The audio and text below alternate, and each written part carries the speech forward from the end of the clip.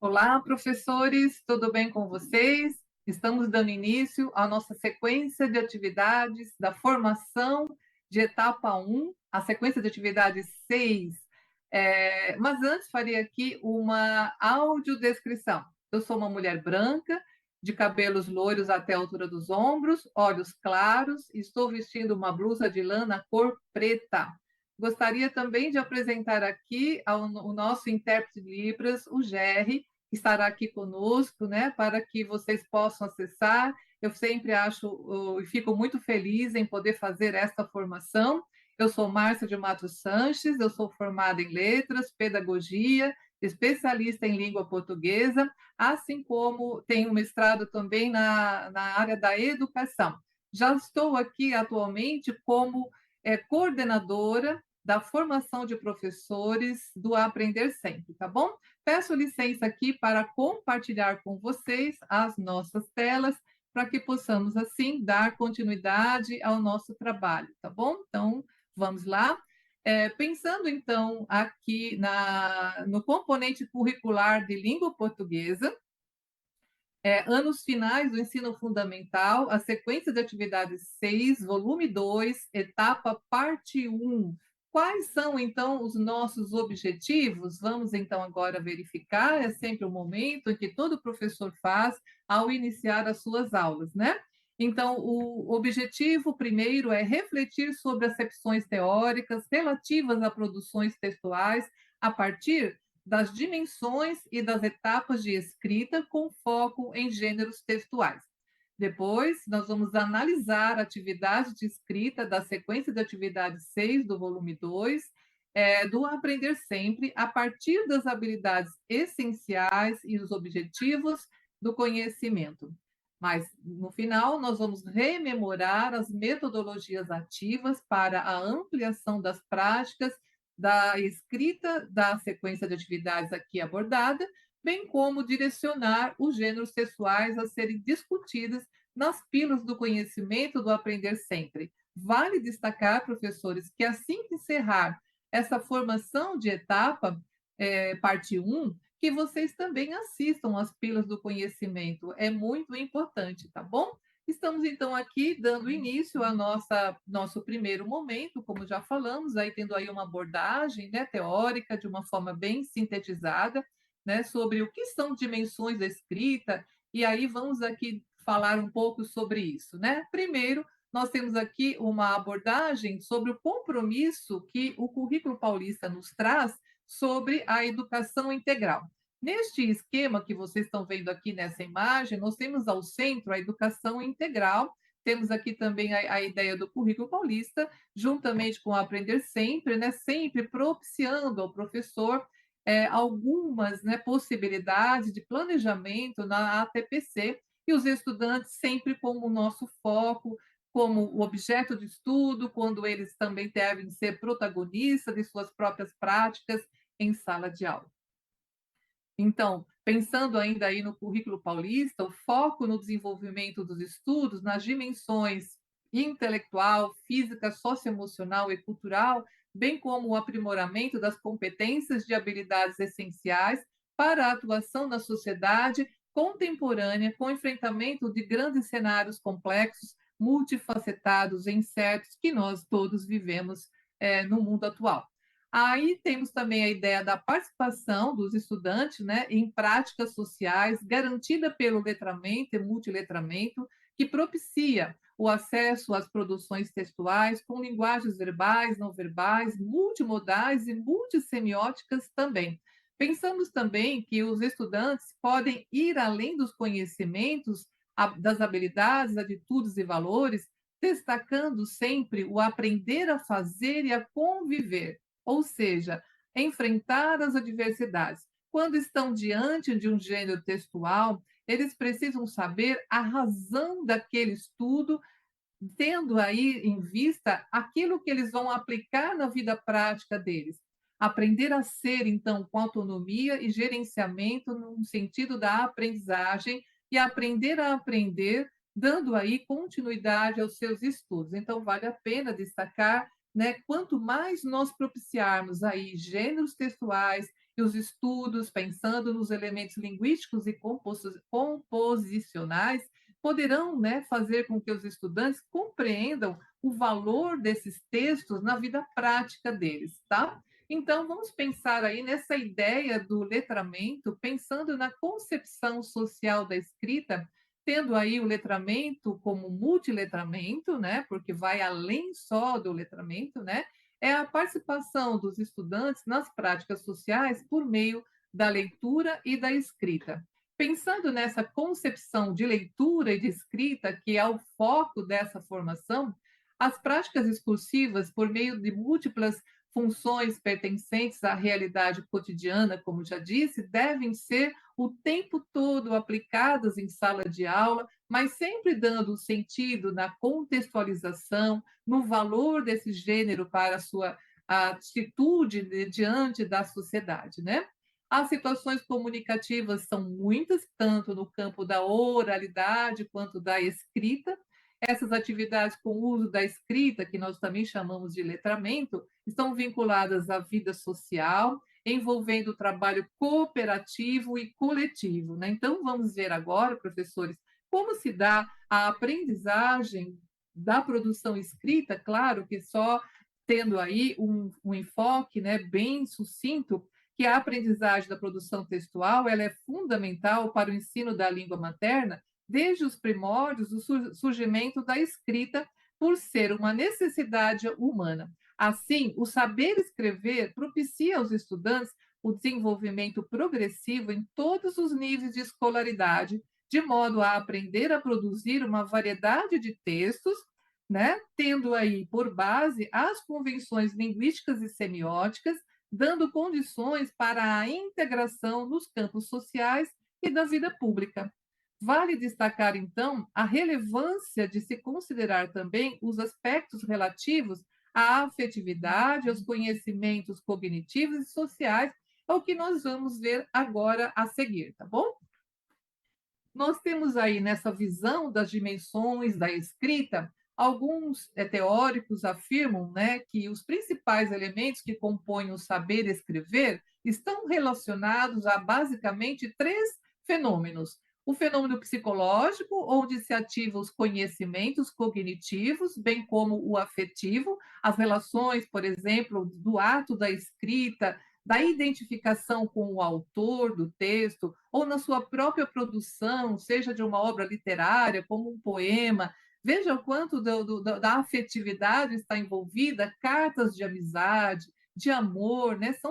São textos que vão produzir esse encontro do estudante com o prazer da escrita, né? E também ativamos aí o sensório motor, até mesmo Vygotsky, né, tem discutido bastante essas questões, quando diz que para que se haja esse movimento da escrita, são ativados, além dos sentidos que nós temos da audição, da visão, né, mesmo do tato, né, porque nós temos aí as questões das deficiências visuais também, né, e outras linguagens, como nós temos tendo aqui com o GR, né, que está nos apresentando uma linguagem também para as pessoas que não estão em condições auditivas, né, de ouvir o texto, mas sim estão compreendendo, né, o uso de Libras.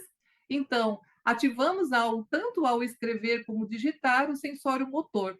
A questão do fenômeno linguístico está atrelado ao texto, né, à textualidade, os elementos sintáticos, ortográficos, lexicais, pragmáticos e gráficos, também muito importantes para a elaboração dos textos, e o fenômeno social, porque a língua ela é interacional, né? A linguagem ela está sempre no meio social e, portanto, é preciso que os estudantes compreendam esses campos de atividades, né?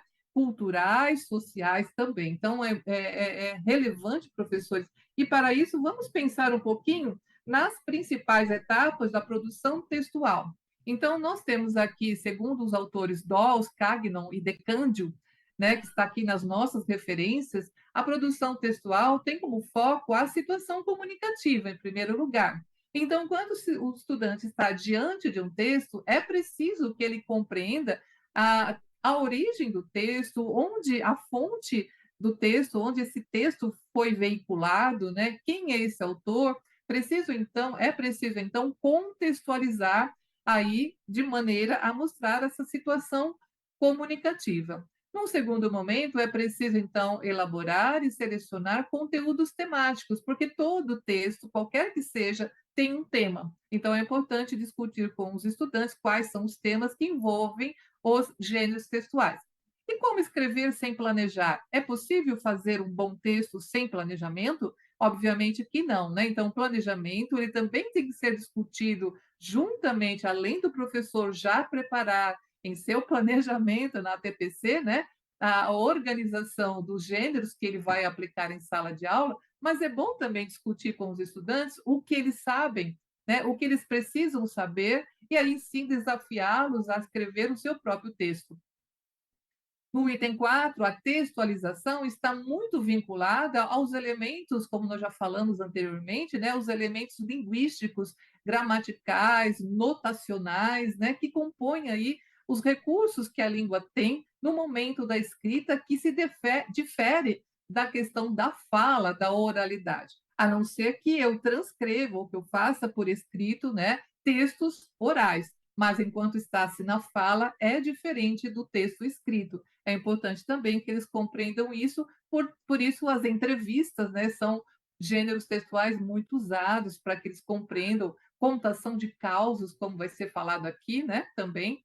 E, por último, sempre que o estudante produzir o seu próprio texto, é necessário que se faça uma releitura, é obviamente que se pode criar aí alguma dinâmica, né, de como será feita essa releitura, pode ser pelo próprio estudante, ou então trocar entre os grupos, ou entre os pares, ou entre um estudante e outro, né, para que se faça uma revisão. Essa revisão deve ter um roteiro, né, e esse roteiro vai trazer para o estudante algumas ideias que nós chamamos de rubricas, né, algumas rubricas para que ele também se oriente no momento da revisão.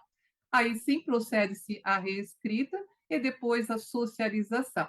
Né? Então, nós temos aqui esse momento bem importante e, portanto, professores, quando sempre chega aqui no momento, no segundo momento, eu gosto de falar com vocês diretamente para, primeiro, já que nós vamos propor aqui uma pergunta provocativa e para que vocês possam refletir, se puderem pausar o vídeo, né, fazer uma pausa, assim que eu fizer a pergunta, para que vocês façam anotação, as anotações das suas ideias que chegam, aquelas ideias que nós chamamos de tempestades, né?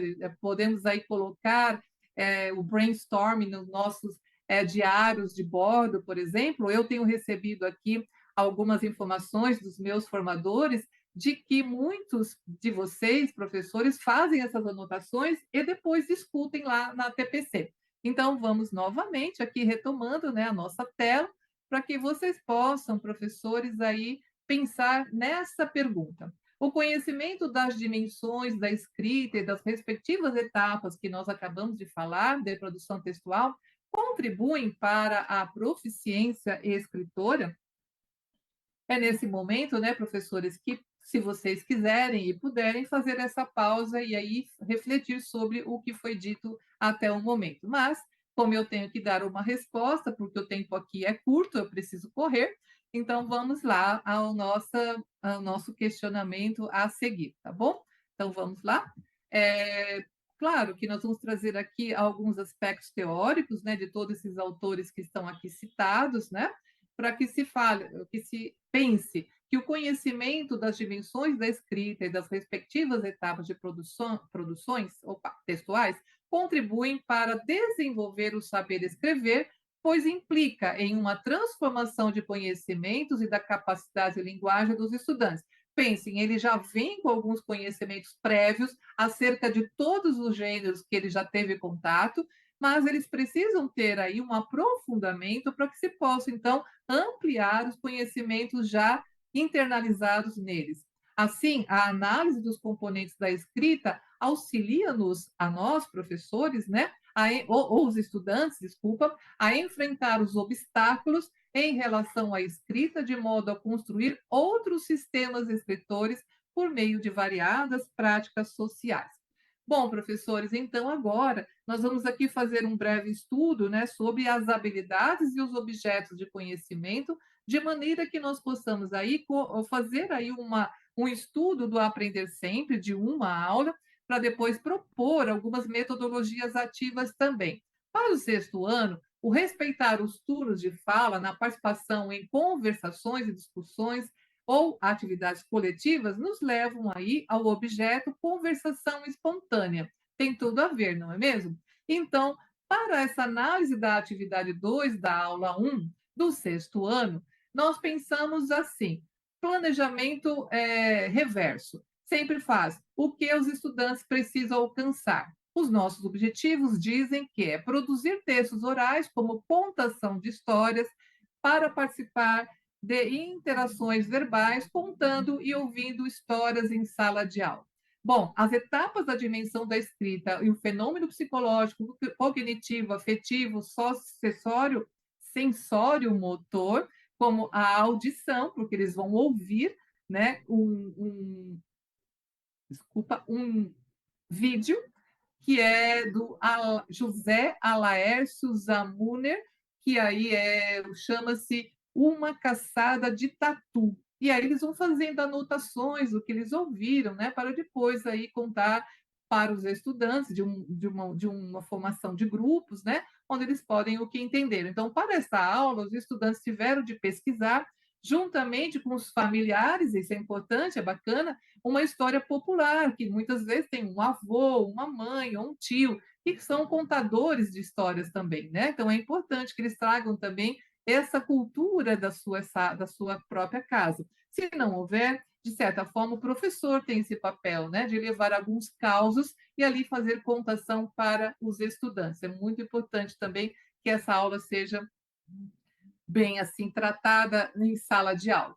Já para o sétimo ano, nós temos uma habilidade que é identificar os efeitos e sentidos devidos à escolha de imagens estáticas, sequenciação ou sobreposição de imagens. Então, é uma aula bastante dinâmica, onde se aparecem os elementos multissemióticos com bastante constância, né, professores? Então, os objetos de conhecimento, como efeitos e sentido, exploração das multissemioses, são muito bem-vindos para a sala de aula. Então, do Aprender Sempre do sétimo ano, estamos aqui falando do volume 2, né, dessa SA6, estamos falando aí das atividades 1, 2 e 3 da aula 3. Esta aula 3, na verdade, ela vai tratar de poemas que são chamados de caligramas e foram muito explorados também pelo francês Guillaume Apollinaire, e então eles precisam fazer pesquisa quem é este escritor, né, estudioso, e também o que é um caligrama. Claro que no Aprender Sempre tem aí uma questão de uma síntese, né, de que significa a variação de um poema visual, muito usado também por nossos autores no tempo do concretismo, né? Então, nós sabemos aí que os poemas concretos podem ser levados em sala de aula também para pesquisas. Então, as etapas operacionais da produção textual, primeiro, pede aí a contextualização, né? Precisa pesquisar a vida desse autor, que já falei, e fazer a leitura de alguns caligramas. Os estudantes selecionam os temas para a produção dos seus próprios caligramas, planejam a construção gráfica do texto, selecionam os recursos linguísticos da textualidade, releitura, revisão, reescrita, para depois socializar os seus próprios textos, né? Então, o que seria, na verdade, um caligrama é a reorganização gráfica do texto que cria um diagrama, um pictograma para representar um novo signo, uma imagem, um outro texto, né? Ou um objeto que, por sua vez, será a própria imagem, do caso aqui, no sentido poético. Aqui nós vimos, então, mesmo estando escrito, né, a questão francesa, em francês, a língua francesa está aqui, mas só de olhar a imagem, né, dessa figura de uma mulher e essa torre também, né, nos remete até à França também.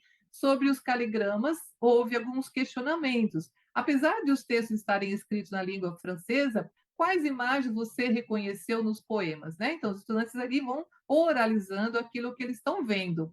a partir da leitura das imagens, sobre o que você imagina que os poemas falam, tá? Então, é uma discussão, permitam que eles exponham aquilo que eles têm de conhecimento, o que eles olham ali, que observam, né? Aí chegou a vez de criar um caligrama. Lembrando, faça o planejamento prévio do texto, defina o tema, pense nas ideias, use palavras e versos do poema para criar desenhos e imagens. Então, professores, é preciso levar bastante gêneros textuais nesse mesmo formato, com essa mesma composição, né, para que eles possam, então, produzir os seus próprios textos também. Quando nós pensamos aqui no oitavo ano, nós temos a habilidade essencial utilizar elementos que marquem os efeitos de sentido do uso em textos de estratégias de modalização e argumentatividade. Então, nós aqui estamos trabalhando com textos que estão mais no campo, né, da argumentação, tendo aí como forte, né, ponto, forma de escrita a norma padrão, né? Pensando aí nos sinais de pontuação, na adjetivação, nos substantivos, questões aí de verbos, perífrases, né? Também. Aí, no caso, seria como objeto de conhecimento a modalização. Então, este oitavo ano é interessante porque a aula 2, né? Nós estamos analisando atividades 1 e 2, esta aula ela faz aí uma retomada de um artigo que já estava na aula 1, tá bom?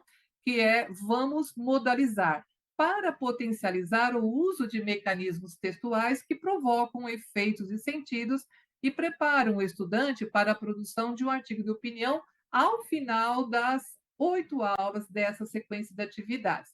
Então, nós temos como título O Valor do Mar, uma riqueza infinita. É bom até trabalhar com essa questão do título, né, para que se entenda a intencionalidade desse autor em abordar a questão da preocupação, né, do que estão fazendo com a natureza, de modo que esse mar, né, que aparentemente é infinito, pode até também não estar, de certa forma, com prejudicado no futuro, né? Então, tomando por base o texto, o valor do mar, uma riqueza infinita, disposto na atividade da aula anterior, responda as questões: qual o contexto de produção, qual a pessoa do discurso, se é a primeira pessoa, a terceira pessoa, né? Comente e explique os efeitos de sentido causados pela utilização dos modalizadores discursivos localizados no texto. Aí, então, depois, a seguir, nós veremos um exemplo. Quais são os objetivos, então, desta aula? É discutir os aspectos relacionados à modalização do discurso argumentativo, demonstrando habilidade no uso da modalização em situações de produção e análise da linguagem falada e escrita também.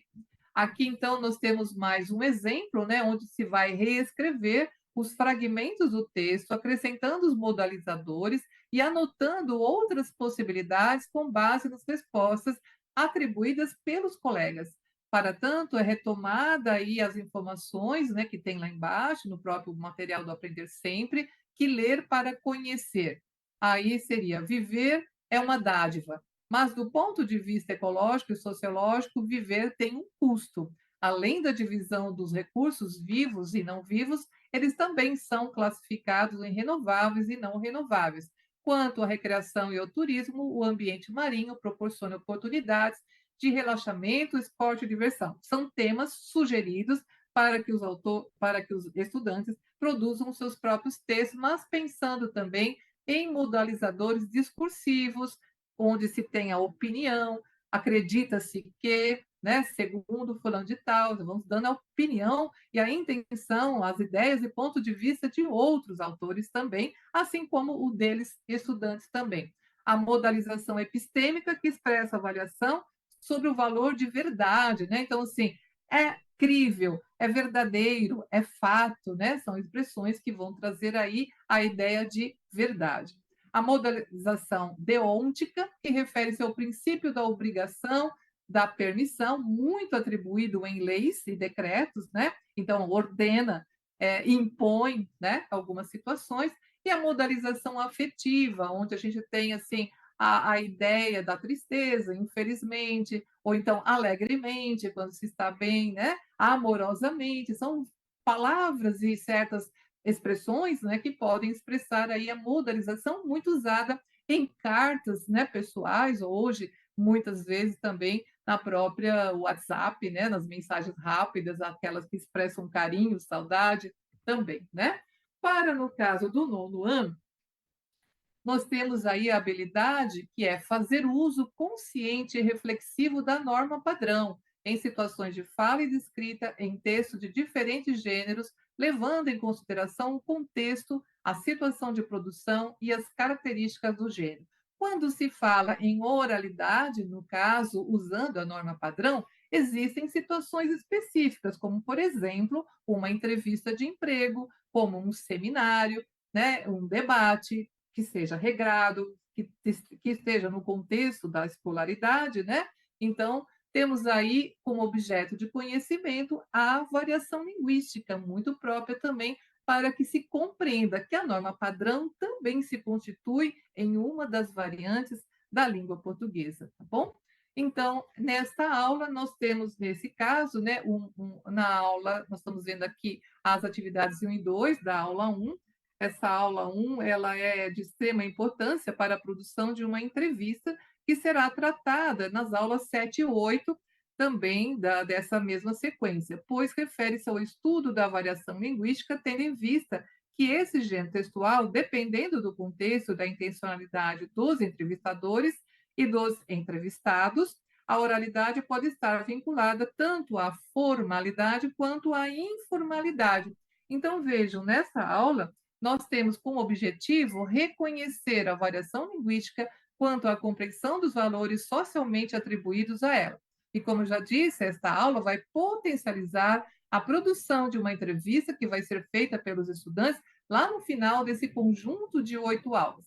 Então, temos aqui uma língua, vários Brasis, né? Reconhecendo que todo o nosso território tem maneiras de falar que, de certa forma, não se admite o preconceito linguístico, né? Então, o norte, o sul, o sudeste, centro-oeste, né, noroeste, nós temos toda essa gama, né, de falares.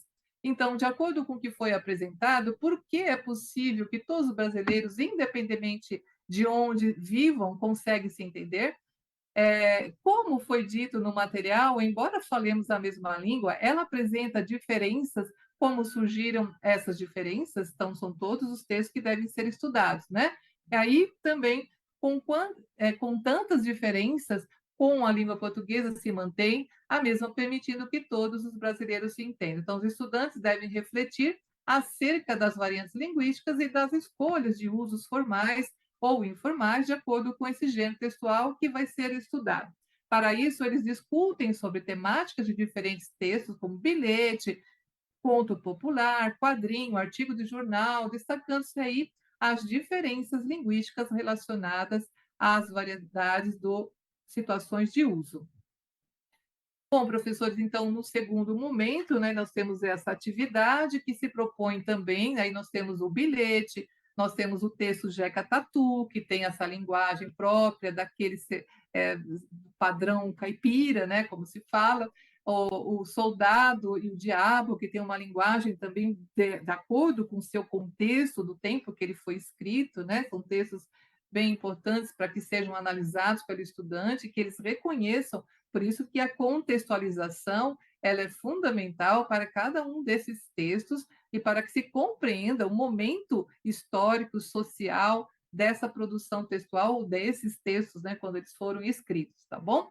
Então, é importante também, estamos indo aqui para o nosso terceiro momento, que são as metodologias ativas. Aqui são meras sugestões, né, professores, para que vocês possam depois também se aprofundar e verificar outros exemplos dados nas pílulas do conhecimento, tá bom?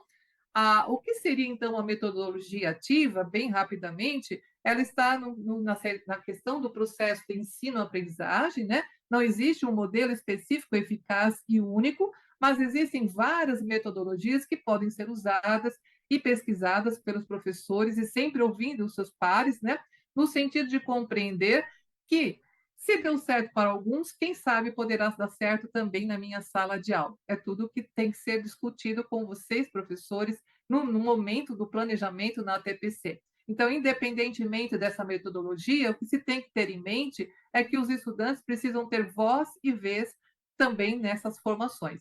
Eles precisam expressar os seus conhecimentos de mundo, os seus sonhos e desejos a serem alcançados. Então, segundo a ideia, né, do Vygotsky também, quando se fala nessa questão da metodologia, o uso de metodologias colaborativas ela é importante porque a aprendizagem significativa do estudante, de modo a torná-lo mais interessado em despertar para aprendizagens escolares.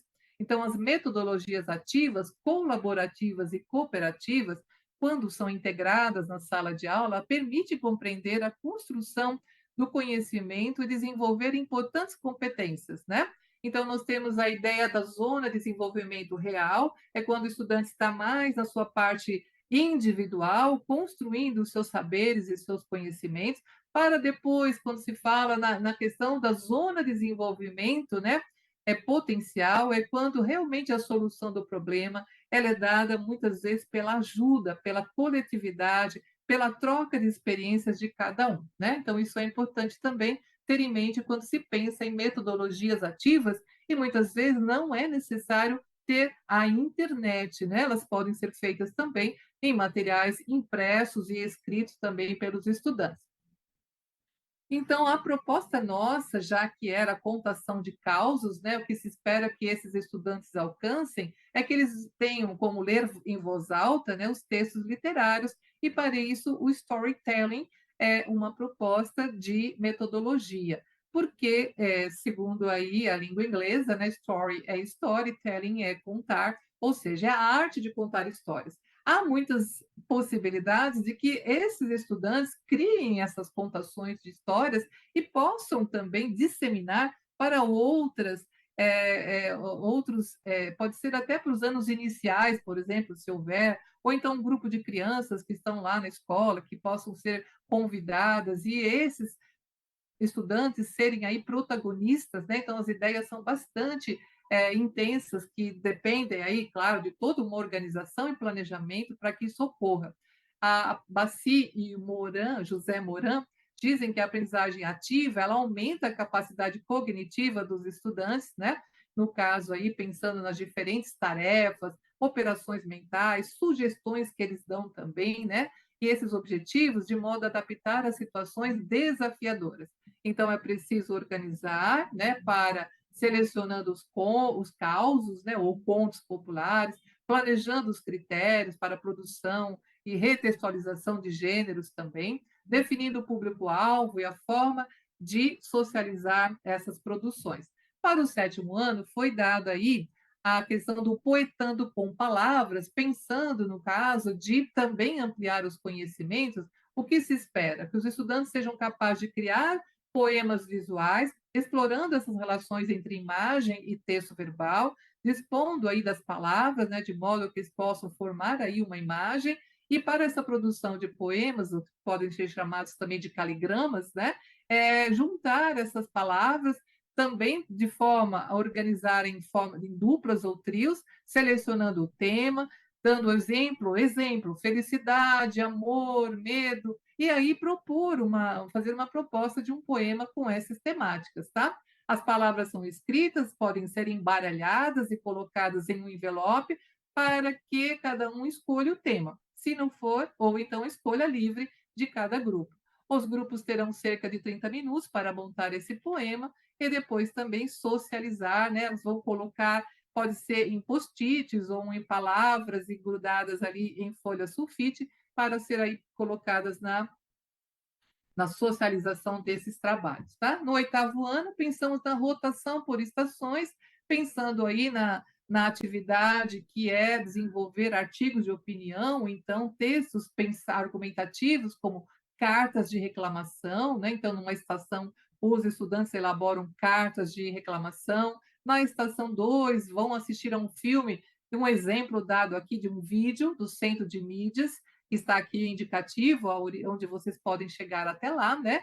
E aí vão localizar esses modalizadores, esse vídeo é bem bacana, onde se fala aí desses modalizadores que eu já falei, né? Deôntico, epistêmicos, Na atividade 3 ou na estação 3, algumas atividades que podem explorar mais esses modalizadores, como obrigatoriamente, necessariamente, que são os deônticos, né, que podem expressar aí uma ordem, uma obrigação.